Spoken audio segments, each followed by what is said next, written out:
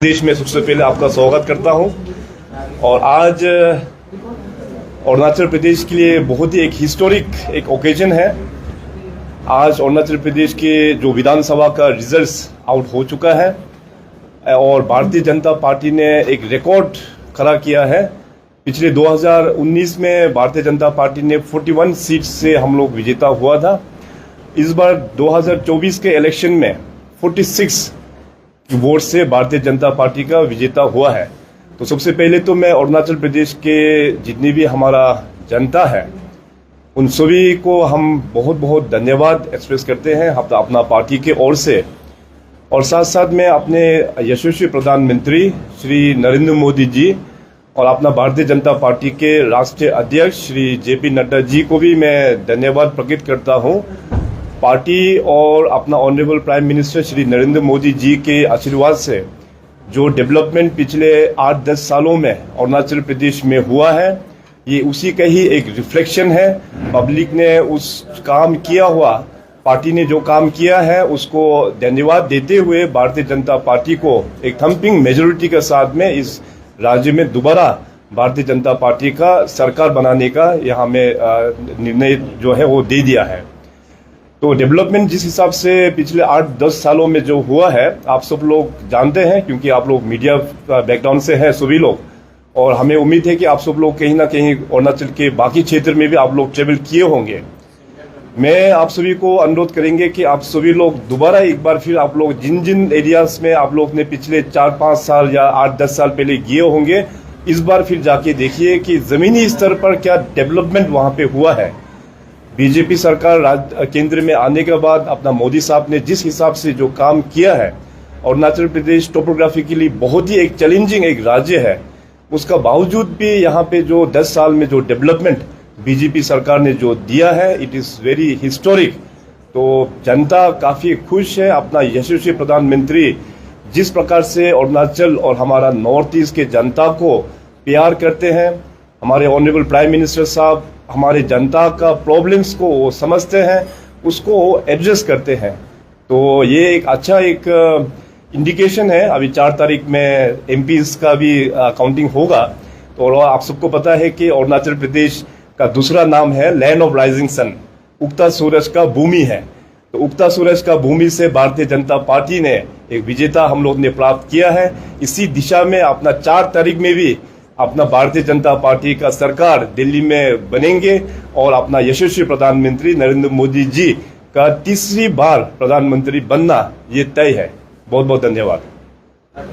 तीसरी बार मोदी जी आ रहे तो तीसरी बार भी पेमा खांडू आ रहे हैं। अपना पार्टी बहुत डिसिप्लिन पार्टी है, इसमें हम लोग क्लेम नहीं करता है। अभी प्रोसेस कंप्लीट होने का बाद तो पार्टी अपना एक प्रोसेस होता है, वहां से एक सीनियर व्यक्ति को यहाँ भेजेंगे। इसके बाद पार्टी जो डिसाइड करेंगे वही मुख्यमंत्री बनेंगे। स्टेक क्लेम अभी क्योंकि एमपी का वोट 4 तारीख को काउंटिंग होने के बाद तो भी हमारा जितने भी जो जीते हुए एमएलए हैं वो लोग ईटानगर आएंगे। तो आने के बाद पार्टी फिर अपना प्रोसेस होगा, उसमें अपना बीजेपी के लेजिस्लेटिव पार्टी मीटिंग होने के बाद तब जाके स्टेक क्लेम करेंगे। सर, आप सीएम बनने के लिए कंटेंडर है ना, ये बस पॉलिटिकल बन जाएगा? देखिए, मैंने कहा कि बीजेपी एक बहुत ही एक डिसिप्लिन पार्टी है, ये अन्य पार्टी का जैसे नहीं है। इसमें पार्टी जो निर्णय लेता है उसको हम लोग फॉलो करना होता है। इसमें कोई भी उम्मीदवार नहीं होता है भारतीय जनता पार्टी में, कोई भी सीएम के उम्मीदवार।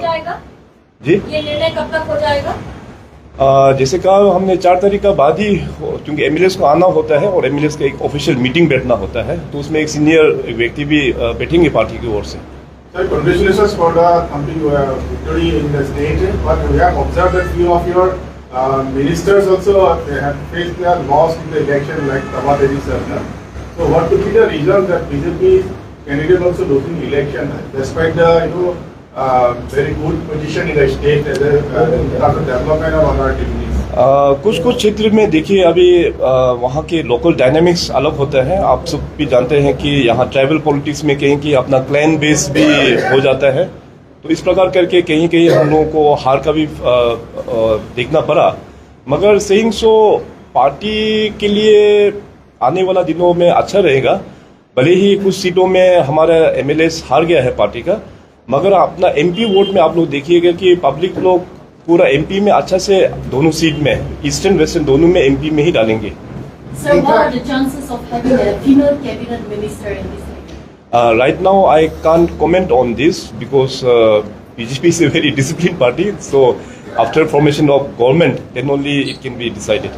Your ally partners have also won, so will you take them also on board your government? अभी तक पार्टी का ओर से कुछ अभी बाकी जो पार्टी का उम्मीदवार जिन्होंने जीता है कुछ ऐसे मैसेज तो आया नहीं है. That party will take a call. Sir, initially campaign के समय में आप लोग ने कहा है कि जो अलाइन जो पार्टीज है जैसे कि नॉन बीजेपी पार्टी को जितना फंड्स मिलेंगे जो पार्टी के थ्रू से मिलने वाला तो वो नहीं मिल पाएंगे बोले. तो व्हाट अबाउट अभी जो कहते हैं कुछ अलग पार्टी नॉन बीजेपी कैंडिडेट्स भी जीते हैं तो व्हाट यू हैव टू से?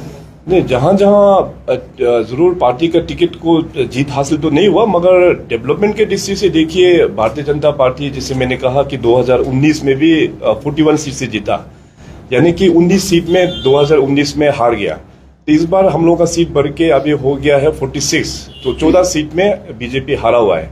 इसका मतलब ये नहीं है कि डेवलपमेंट उस 14 सीट कॉन्स्टिट्यूंसीज में नहीं होगा. वो सरकार का रिस्पॉन्सिबल होता है, सरकार सबका होता है.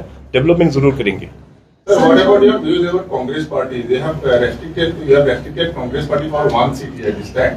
ये देखिए अभी जिस प्रकार से अरुणाचल प्रदेश और नॉर्थ ईस्ट में इसमें मैं हल्का सा पीछे कुछ मैं लेके जाना चाहूंगा कि नॉर्थ ईस्ट और अरुणाचल में लंबा समय तक कांग्रेस ने रूल किया है.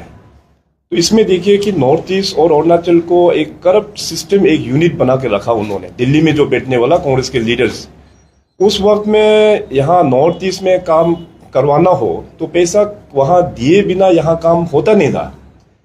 बीजेपी आने के बाद अभी हमारा अरुणाचल प्रदेश में आज जो वोटिंग का काउंट का जो रिजल्ट आया है उसको देखिए और बाकी नॉर्थ ईस्ट का राज्य में भी देखिए बीजेपी का प्रति काफी लाइकिंग है क्योंकि BJP is a party with A difference.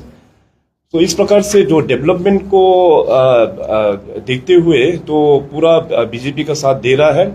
और कांग्रेस का तो देखिए अभी पूरा जड़ से उखड़ दिया है. यहाँ पे केवल आउट ऑफ 60 कॉन्स्टिट्यूंसी केवल एक में ही उन लोगों ने जीत दर्ज कर पाया है. इससे साफ इंडिकेशन है कि there is no place for Congress in Arunachal Pradesh. CM साहब इस बार उम्मीद कर सकते हैं कि एक महिला मंत्री आपके कैबिनेट में आएगी? देखिए इसमें मैंने कहा कि फिलहाल क्योंकि अभी हम लोग का नया गवर्नमेंट फॉर्मेशन में टाइम लगेगा तो इसका निर्णय बाद में पार्टी जो निर्णय लेगा उसका हिसाब से हम लोग करेंगे. पार्लियामेंट्री इलेक्शंस में 46 अभी जैसे 2-4 तारीख को इसकी काउंटिंग होगी तो उससे क्या उम्मीद है कि दोनों सीटों में अरुणाचल प्रदेश में लोकसभा में ईस्टर्न अरुणाचल और वेस्टर्न अरुणाचल में देखिए दोनों हमारे जो उम्मीदवार है श्री किरण जी यहाँ वेस्टर्न से और तबीर गांव जी ईस्टर्न से दोनों अच्छा मार्जिन से जितना तय है. ये बीजेपी दोनों सीट बीजेपी में ही जाएंगे. खांडू साहब जब कैंपिंग शुरू हुआ था तो बीजेपी एक टारगेट लेके चल रहा था जैसे दिल्ली वाला करता है 400 पार ऐसा करके अरुणाचल में 50 पार करके एक नारा लेके चल रहा था. तो कहाँ चुक हो गया सर? लोकल डायनामिक इशू था या पार्टी का जो कैंपेन जो कमी रह गया कहीं पे? देखिए हम लोग चाहे लाइफ में कुछ भी कार्य करते हैं तो अपना एक टारगेट हम लोग सेट करते हैं.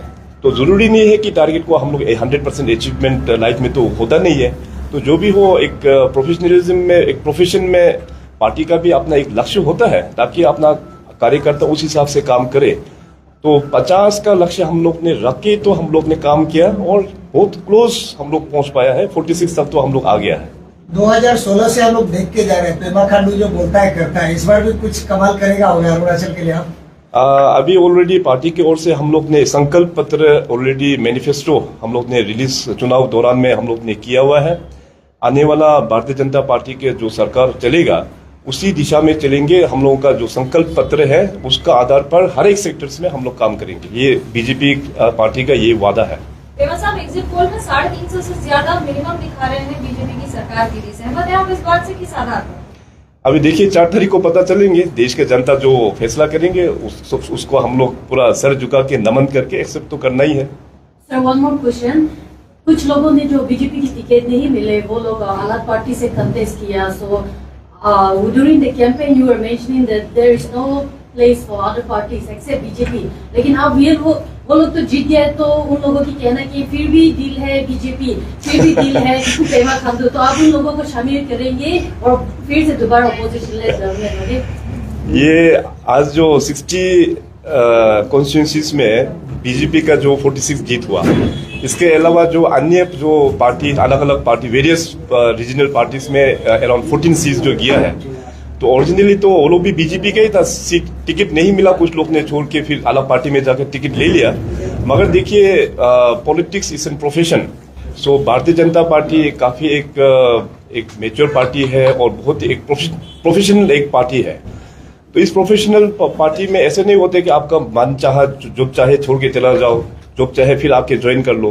तो ये इससे क्या होता है कि अपना पार्टी का डिसिप्लिन भी खराब होता है।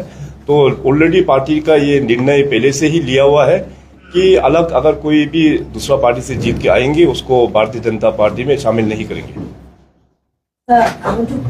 एक क्वेश्चन मेरे तरफ से, रिसेंटली जो एक न्यूज चल रहा था, प्रेस कॉन्फ्रेंसेस काफी हुआ उसको लेके बैक टू बैक, जहाँ पे बीजेपी का जो एक्चुअली बीजेपी मंडल ने एलिगेशन दिया था कि वहाँ पे case for job scheme, case for vote हो रहा है बोल के एलिगेशन दिया था एक्चुअली कॉन्स्टिट्यूंसी को लेके। तो वहाँ पे अभी एसआईसी केस अंडरटेक कर रहा है और इन्वेस्टिगेशन भी जारी है एज पर द एसआईसी। तो ऐसे like what you have to say on this कि इसमें ऑलरेडी बीजेपी ने ऑलरेडी कंप्लेन तो दर्ज किया है, तो उस कंप्लेन को देखते हुए सरकार ने ऑलरेडी मैटर को एसआईसी में हम लोग ने हैंडओवर कर दिया है। सो जॉब फॉर वोट का जो सिलसिला है, already matter is under investigation.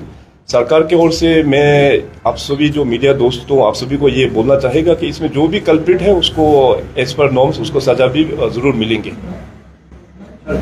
धन्यवाद। Thank you.